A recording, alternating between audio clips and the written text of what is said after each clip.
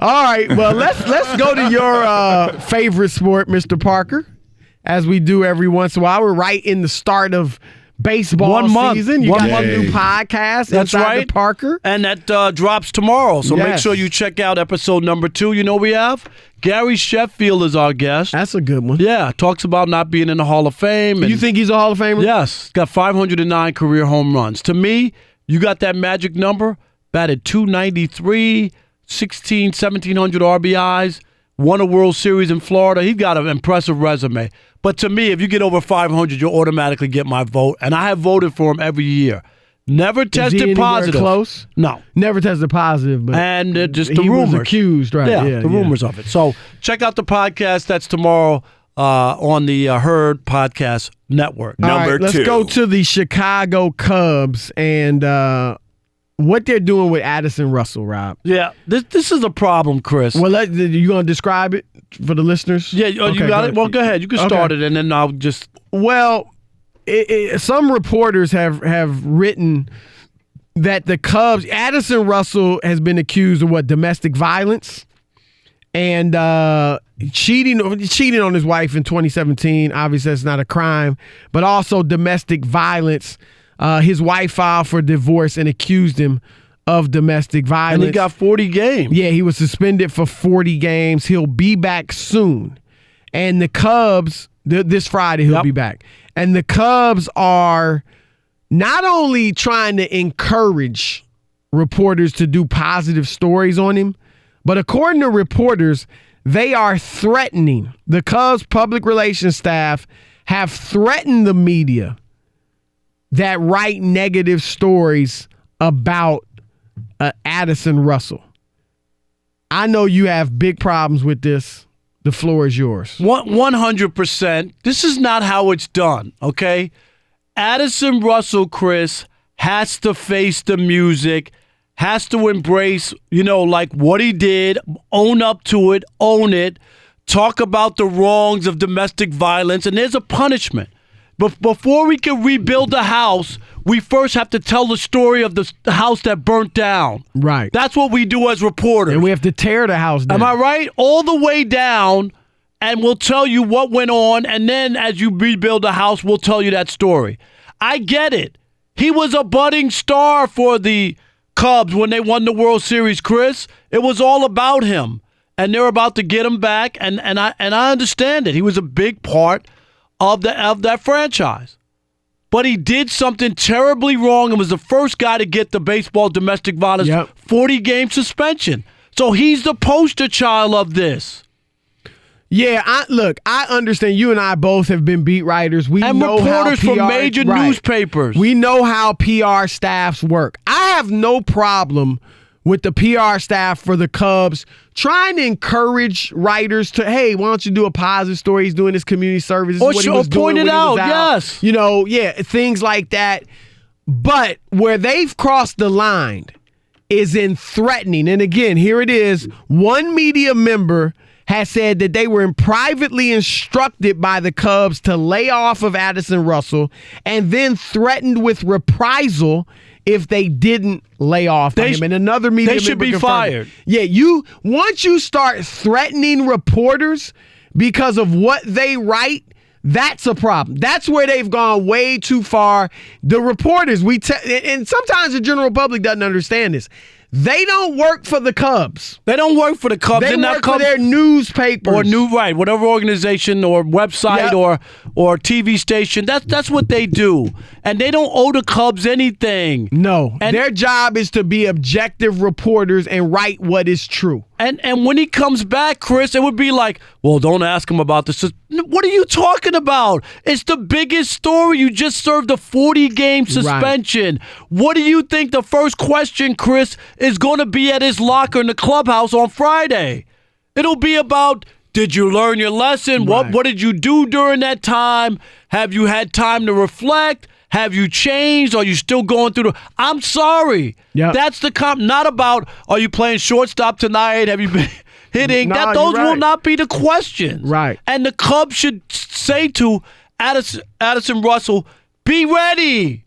Stand up in front of your locker. Man up. Stick your chest out. We're not asking you to pay the rest of your life. Right. We're not. And I'm not saying that a year from now or the end of the season we're asking you those same questions. If you go out, own it from the beginning. I made a mistake. I'm wrong. I feel terrible. And I thought about it every day I wasn't with my teammates. Yep. And, if you say those kind of things, people understand. Well, this is a very forgiving country, Chris. If you give that type of transparent answer on day one, they may not ask you about it on day 2 and certainly not 3 or 4. If you answer all the questions quickly, right. If you handle it. But if you sit there and you mean mug them, and I'm not talking about that, the questions will continue. Keep coming until you face the music and answer. And people don't get it. These are the ones. I remember there was something that happened where there was a press conference about a player with the Tigers who Johnny Peralta, the shortstop, got busted for steroids.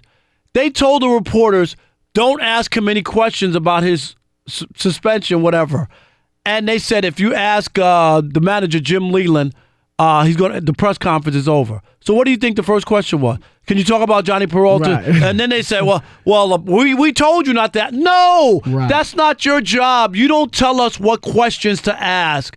And it's not about beating a dead horse or any of that stuff, or that we have to bring it up for the rest of his life.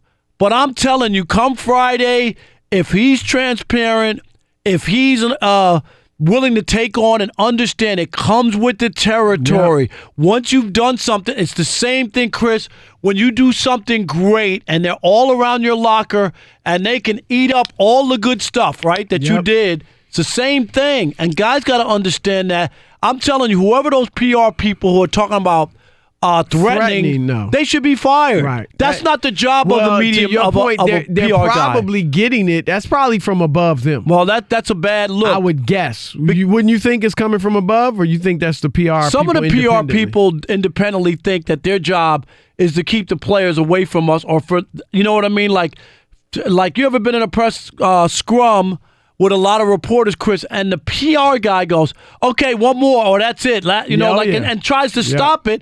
And we're like, why? The players cooperating, and we're getting good stuff. Why are we stopping it? Because they feel like, well, let me stop it and bail them out. No, let us do our job. Right. He's not finished yet. And if they give up the best, give him the best advice, it would be to stand up there and just take it, because you have to. And also, Rob, to your point, this is a forgiving country and forgiving society. Exhibit A, and he's screwed up again, apparently, but Tyreek Hill did something egregious in college. He punched his pregnant girlfriend. I can't even fathom punching your pregnant girlfriend in the stomach. Choked her, okay? Went to rehab or, counseling and all that. And they gave him forgiven. Gave him a second Joe chance. Mixon knocked the girl out with a punch on video. Yes. And has been forgiven and is now in the league. And I haven't seen any, recent incidents. So hopefully he has changed.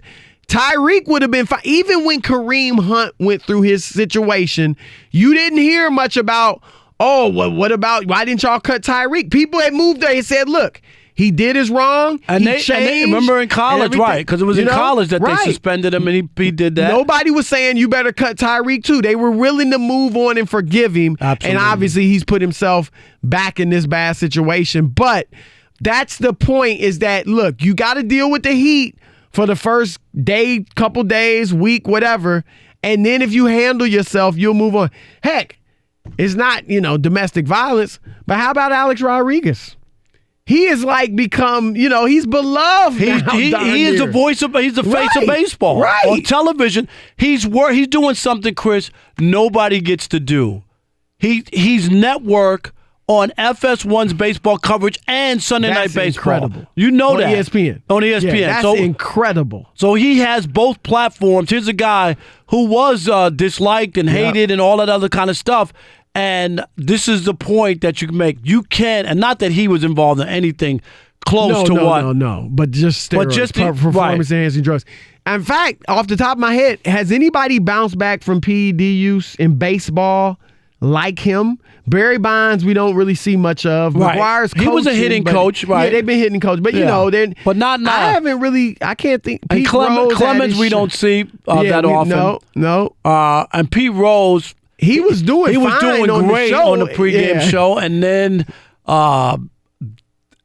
I don't even know what. How to even describe it. He had his issues again, right? With a minor female, and it crashed everything. I thought Pete Rose was funny on television. I thought he was becoming, and maybe I overuse this term, but I thought he was becoming like a poor man's Charles Barkley. A baseball and you know version. What? I'm glad you say that because I believe that pre and post game show was rival to TNT's great. Pre and post. It was like the baseball. Am I right? The baseball version, not all the way to that level, but I'm just saying. Yep.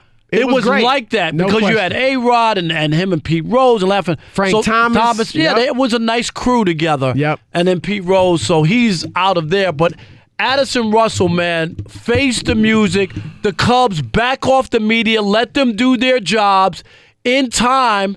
As Addison Russell, as you say, Chris, does some community service, and there are other stories to cover. Hayes at the Boys and Girls Club. Right. They will do those stories. Yep. I'm telling kids not to hit boys, not to hit girls. You know what I mean? Yep. And giving that message, they will write those stories. Yep.